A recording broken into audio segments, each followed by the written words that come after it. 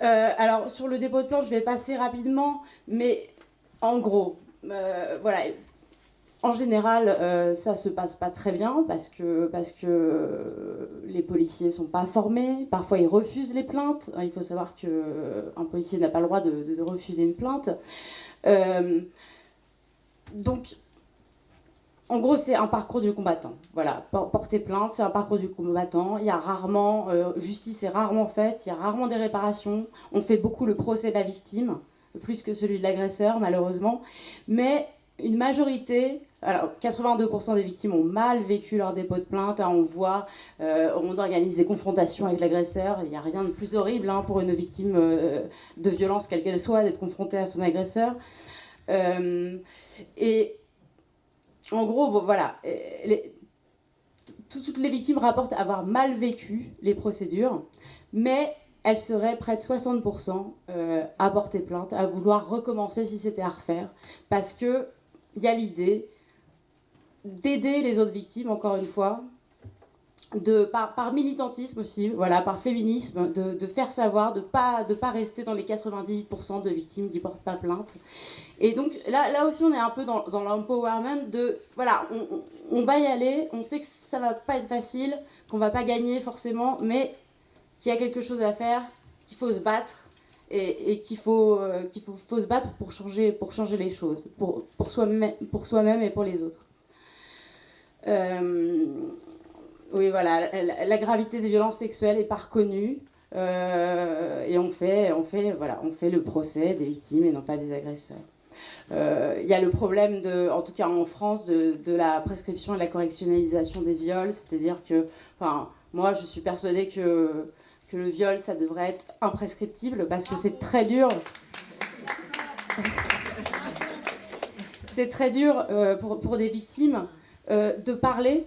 Parfois, ça va leur prendre 40 ans, parfois plus. C'est aussi, parfois, il y a des amnésies traumatiques qui peuvent durer des années. Donc, il faut laisser une chance aux victimes de pouvoir faire cette démarche qui va participer à une reconstruction. Parce qu'encore une fois, c'est la reconnaissance de ce qui a été subi qui est important.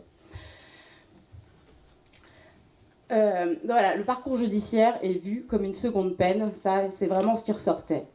Donc, il faut vraiment former les policiers et les magistrats et les avocats à la prise en charge. Ouais, c'est ce que je vous disais, 62% des victimes seraient prêtes à porter plainte si c'était à refaire. Donc il s'agit donc d'améliorer la prise en charge, de respecter les droits des victimes et pas de leur dire non, ne portez pas plainte, ça sert à rien et ça va vous faire du mal. Après, il faut bien sûr prévenir les victimes que ça va pas être facile, qu'il faut qu'elles soient blindées, qu'il faut qu'elles soient suivies aussi. Qu'il faut qu'elles soient accompagnées dans leur dépôt de plainte et dans la procédure. Alors on va passer aux conséquences sur la santé. Donc on sait qu'avoir subi des violences dans l'enfance est un des déterminants majeurs de la santé, même 50 ans après. Ce sont les travaux de Felitti et Anda. Donc là, 95% des victimes estiment qu'il y a eu un réel impact sur leur santé mentale. Et je vous le disais, plus les violences ont eu lieu tôt, plus l'agresseur était un proche, plus les conséquences sont considérées comme graves par les répondantes. Alors voilà, c'est toujours les idées suicidaires, la perte d'estime de soi, des troubles du sommeil, toutes sortes, des troubles anxieux, des troubles dépressifs, toutes sortes de manifestations qui paraissent normales. Mais il y a aussi des manifestations qui vont créer des erreurs de diagnostic, en fait. En fait, on a parlé tout à l'heure de la mémoire traumatique. Donc, quand on subit des violences, c'est tellement impensable, surtout dans le cas des violences interpersonnelles, surtout quand elles sont le fait d'un proche, de quelqu'un qui devrait vous protéger, vous aimer, on subit une effraction psychique. Et ça va faire monter les niveaux de stress, ça va les faire monter. Et comme un circuit électrique, pour empêcher en fait les niveaux de cortisol de trop monter, et c'est neurotoxique, et donc de faire une crise cardiaque, par exemple, parce qu'on peut mourir de stress, ce qui va se passer, c'est que tout va se déconnecter, le circuit va se déconnecter, et en gros, vous allez être drogué et avoir un sentiment de dépersonnalisation, d'être hors de votre corps, et du coup ne plus rien ressentir, être dans un état d'anesthésie. Du coup, ça entraîne tout ce qu'on reproche souvent aux victimes. Mais pourquoi t'es resté? Mais pourquoi tu t'es pas débattu? Pourquoi t'as pas fait ci? Pourquoi t'as pas fait ça? Ben non, elle était sidérée, elle était anesthésiée, elle pouvait rien faire. Et par ailleurs, ça va empêcher la mémoire de devenir autobiographique. C'est-à-dire qu'au lieu d'être stockée par l'hippocampe, cette mémoire va rester coincée dans l'amygdale et elle va pouvoir se réactiver n'importe quand. Un bruit, une odeur, une heure de la journée.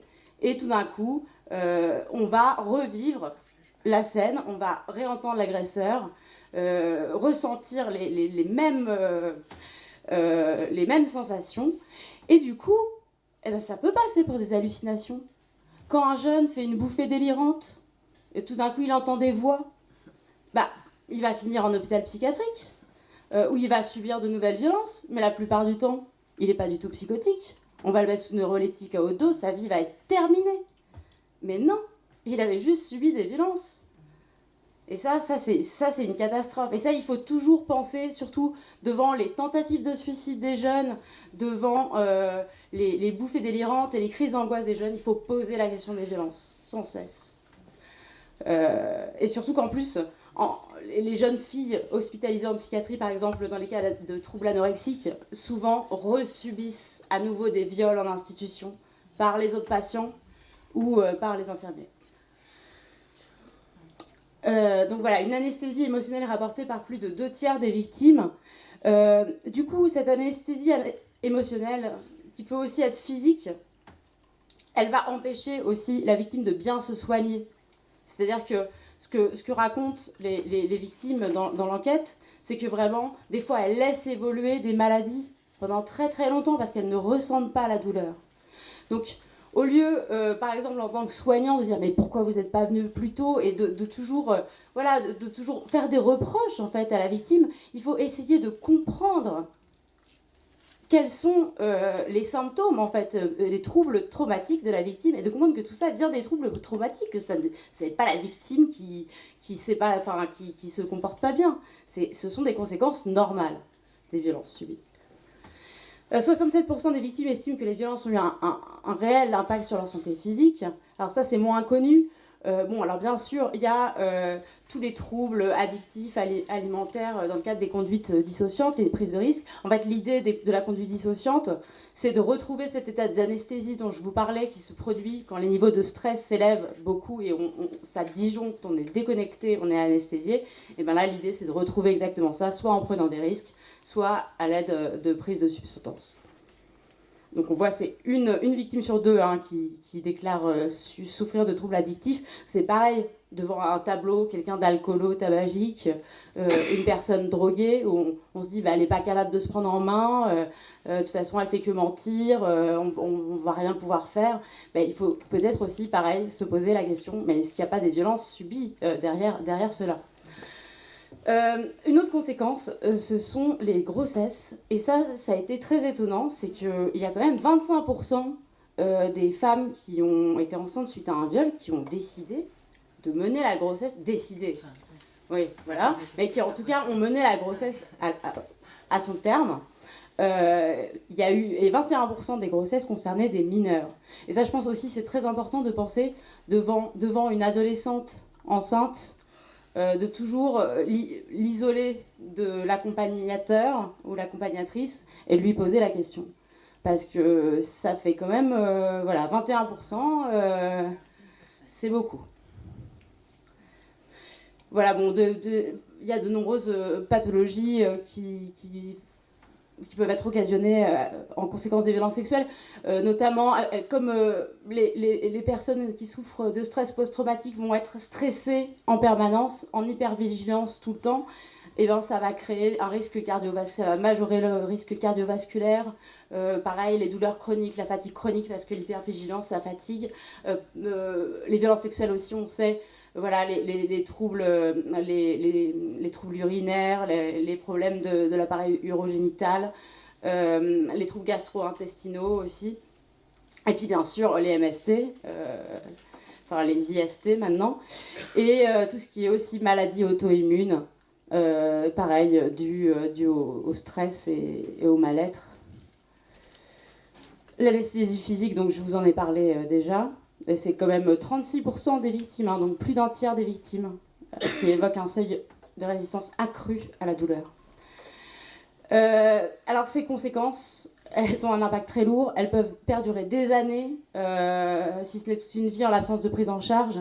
D'ailleurs, souvent, chez les personnes âgées, ce qui est pris pour de l'Alzheimer ou de la démence sénile sont qu'en fait des manifestations accrues de mémoire traumatique, parce que, en gros, les victimes vont faire en sorte de construire un environnement où elles se sentent en sécurité. Et tout changement va créer une très forte anxiété, parce qu'elles ont fait en sorte, elles sont sur un terrain miné, donc elles ont construit leur petit chemin pour ne pas faire exploser leur mémoire traumatique. Donc quand on devient âgé, qu'on ne peut plus faire sa toilette tout seul, qu'on se retrouve finalement à être dépendant, là ça peut faire totalement exploser la mémoire traumatique, parce que là finalement vos petites habitudes, elles explosent.